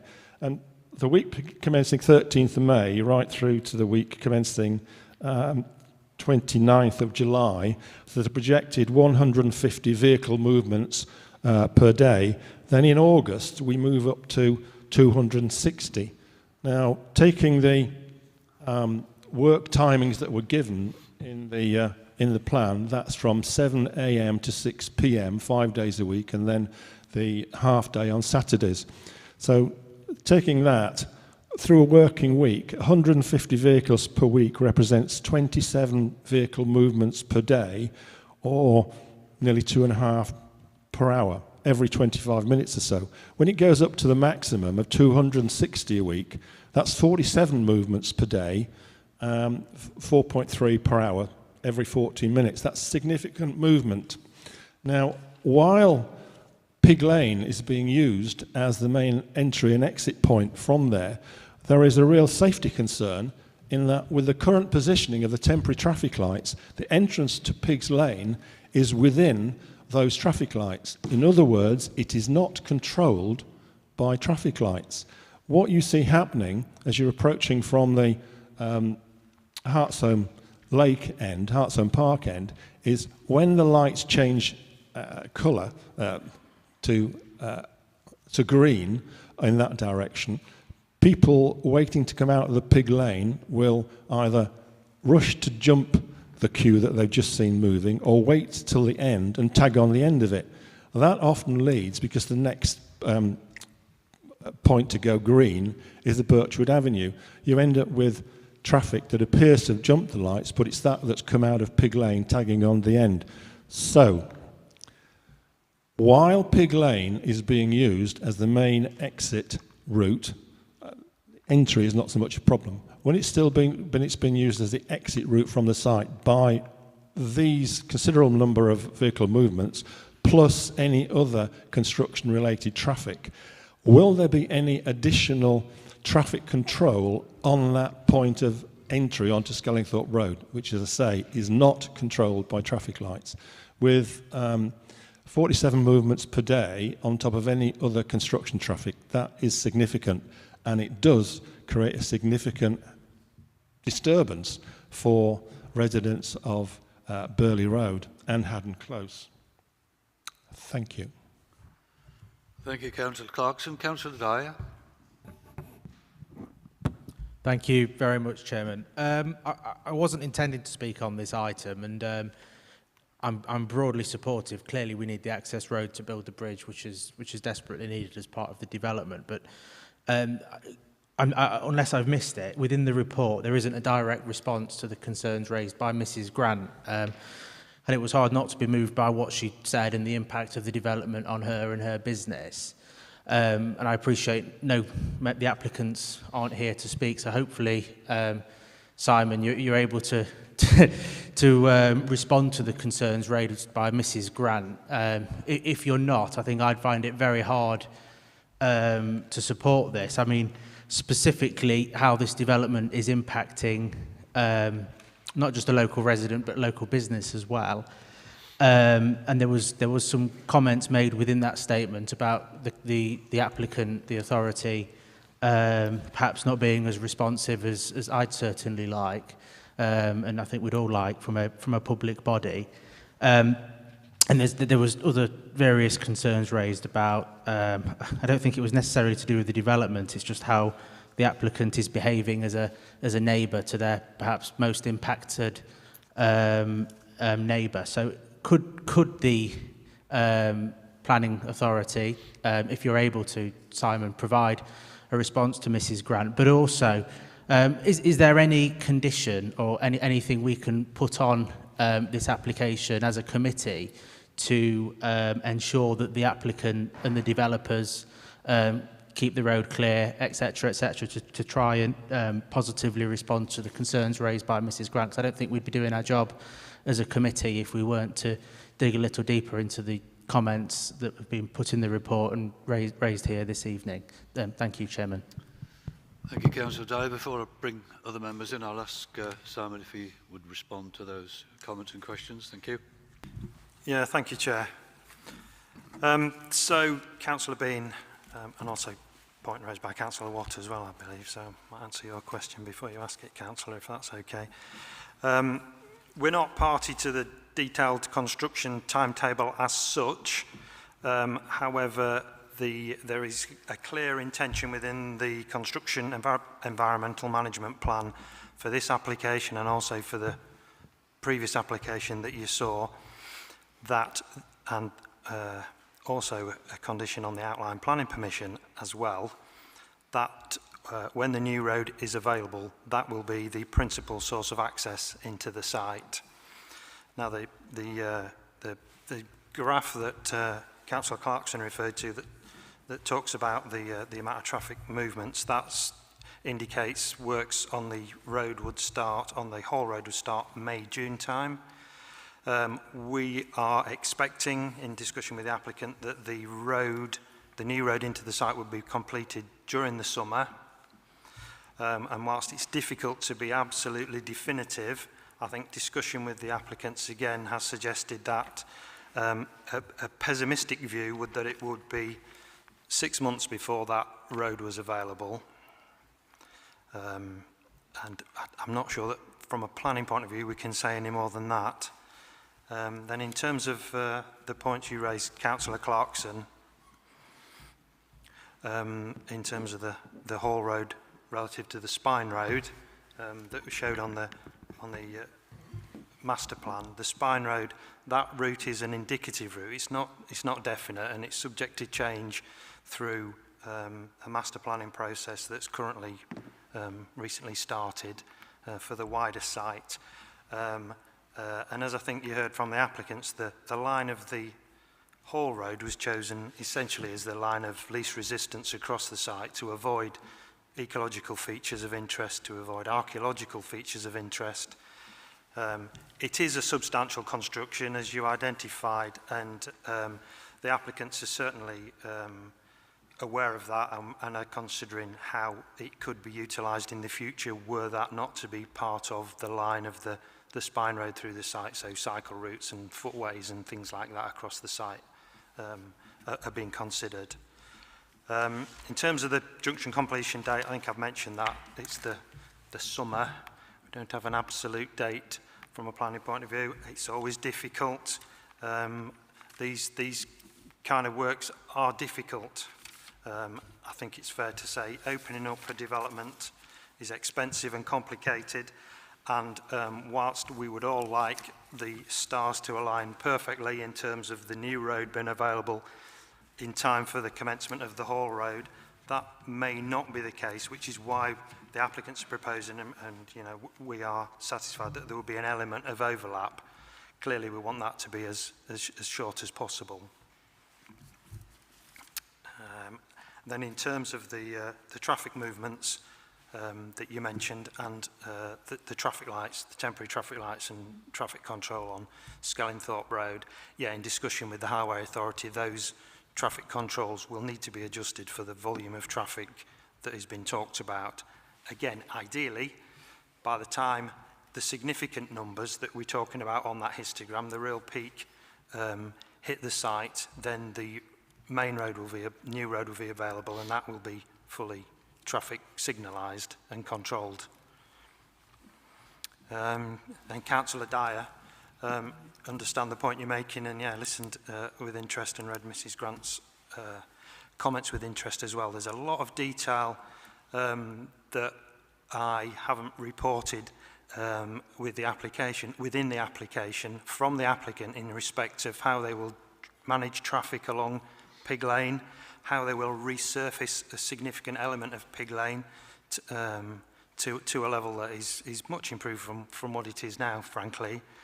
In terms of the times of work as well, the marshalling of the traffic, and as I think the applicant said as well, at the closest point, the Hall Road is 800 metres away from her property, so it's a significant distance in terms of giving some reassurance in terms of noise and air quality, but equally there's the control in terms of the hours of operation as well.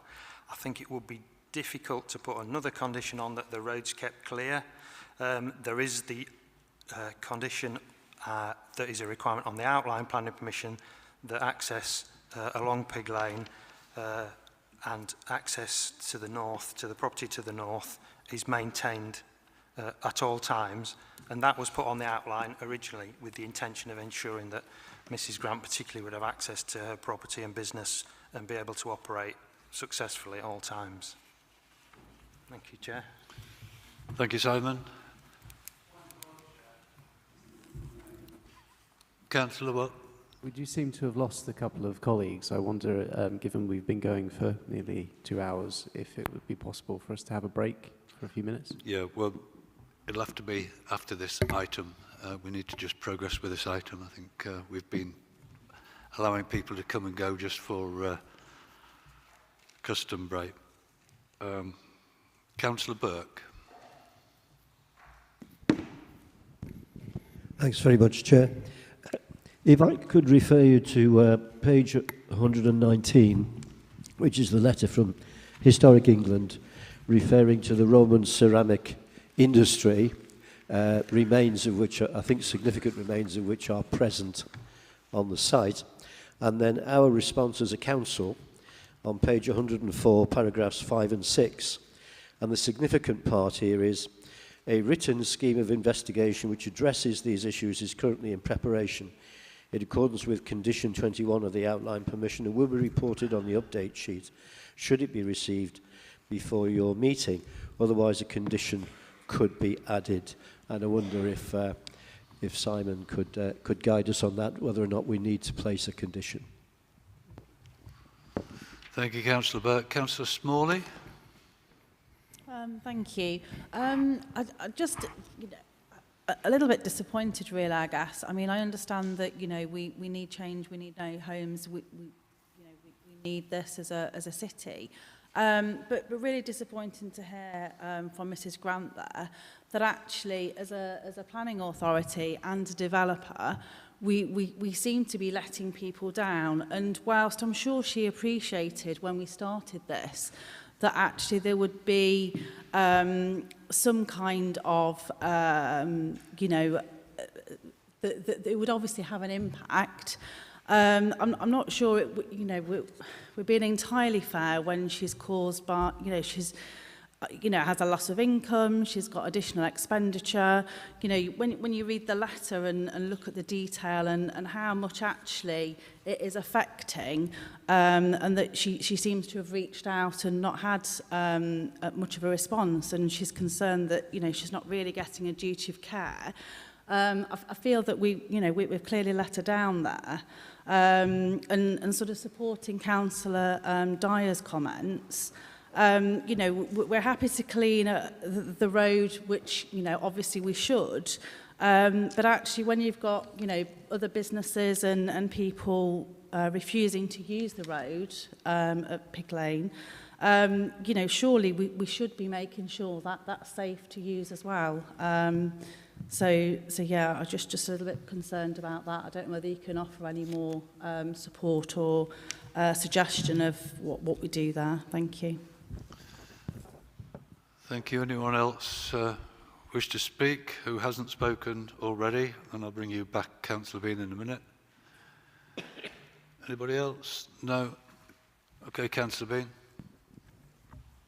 Yeah, if Simon can just clarify the statement he made as regards, I was surprised, the pessimistic view, the 6 months. When is that 6 months from as regards the view that they're hoping, so where does that bring us to as regards hopefully Pig Lane becoming back into its original use? If there's no definitive date on this, I will find it hard to vote in favour of this particular part of the stage. And also, just a point, in all my dealings with local residents, I'm a local councillor around there, as you know, all the residents have been positive towards the contractors, Lindham. They've said they've been very helpful, answering all the questions. So I just want to put that on record that a lot of the residents have been happy with Lindham's responses, etc., to their concerns. Thank you. Thank you, Councillor Bean. I'll bring Simon back again. Thank you again, Chair. Yeah, Councillor Burke, on page 105 we're suggesting a condition in terms of the archaeological written scheme of investigation that was referred to in the report. That deals with any concerns that your city archaeologist may have and deals with the issue and the representations from Historic England. Councillor Smalley, in terms of the impact again on Mrs Grant and her business particularly, as I said to Councillor Dyer, we've got the condition on the outline planning permission that the pig lane remains open at all times in order that she maintains access. There's the two construction environmental management plans which say the same thing. The planning process can go so far in ensuring that someone's business is unaffected by development.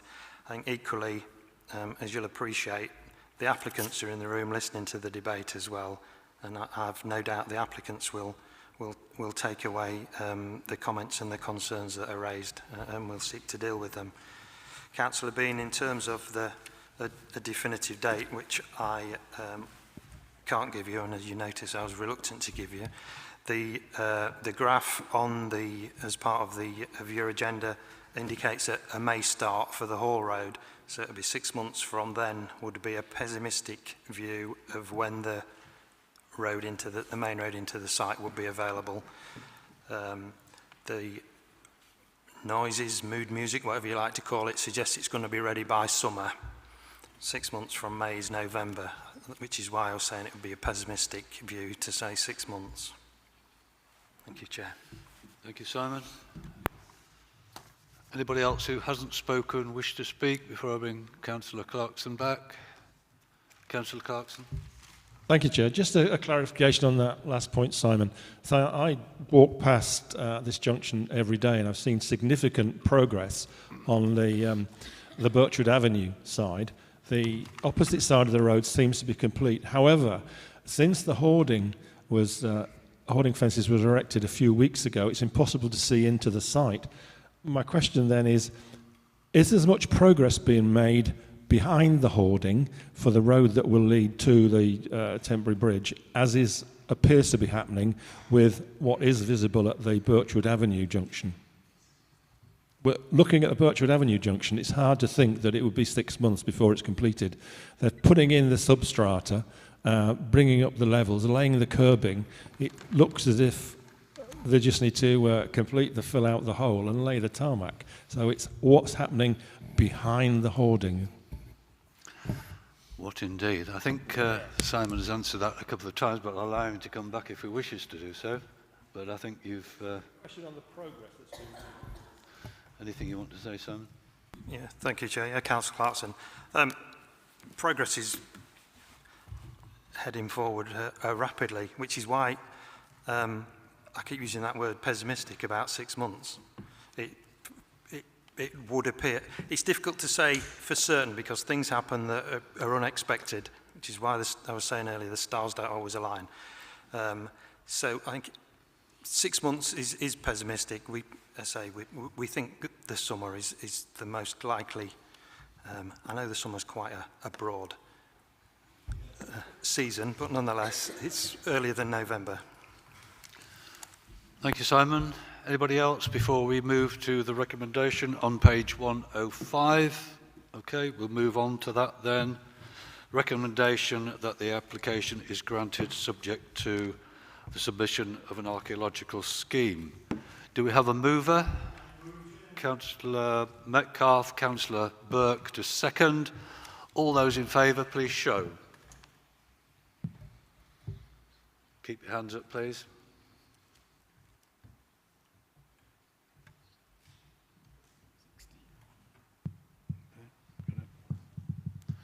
Thank you. All those against? Any abstentions? Councillor Clarkson. Thank you, that's carried. Okay, yes, we have been going for a couple of hours, so I'm going to say it's 7:25 by my watch. I'm just going to ask for a short intermission, then a comfort break, and then we'll reconfigure it 7:30. Thank you.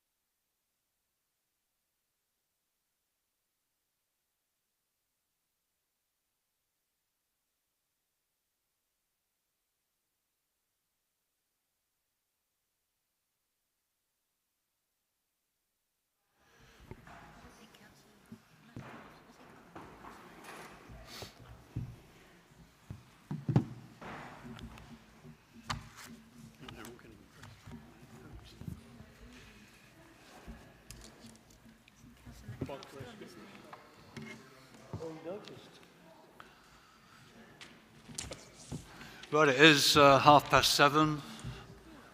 We'll carry on with the agenda item, which is item 3C, again the Western Growth Corridor and the substation application. Simon's going to lead on this. Thank you. Thank you, Chair. So this application is for full planning permission to build 2 electricity substations required to facilitate the delivery of the housing that we discussed earlier. The 2 red dots on the screen are the substations, and you see Skellingthorpe Road diagonally at the bottom of the screen, Birchwood Avenue, so that's the new access into the site you can see there. The substations are identical, constructed in brick with a pitched roof. I'll take you to an image of them in a minute. That's where they go in, that's what they look like. We're very happy with what's proposed, Chair. They're not conspicuous, appropriate to the development that's proposed. So the recommendation is that planning permission is granted with those 2 conditions on page 126. Thank you. Thank you, Simon. Anybody wish to speak on this item? No one? Okay, thank you. We move on to the recommendation then on page 126 that the application is granted conditionally, subject to the 2 conditions below. Do I have a mover? Councillor Burke. Do I have a seconder, please? Councillor Gary Hewson. All those in favour, please show. I think that's unanimous for all that are left. 1, 2, 3, 4, 5, 6, 7, 8, 9, 10. 17, I think. Yeah, I got 17. Okay, that's carried. That concludes the meeting. Just to say thank you all members of the public gallery for your keeping order up there. Thanks members for all your contributions. And of course officers for their contributions as well, valid contributions. And thank you to the drill hole staff for your organisation. Thank you. Thank you. Excellent.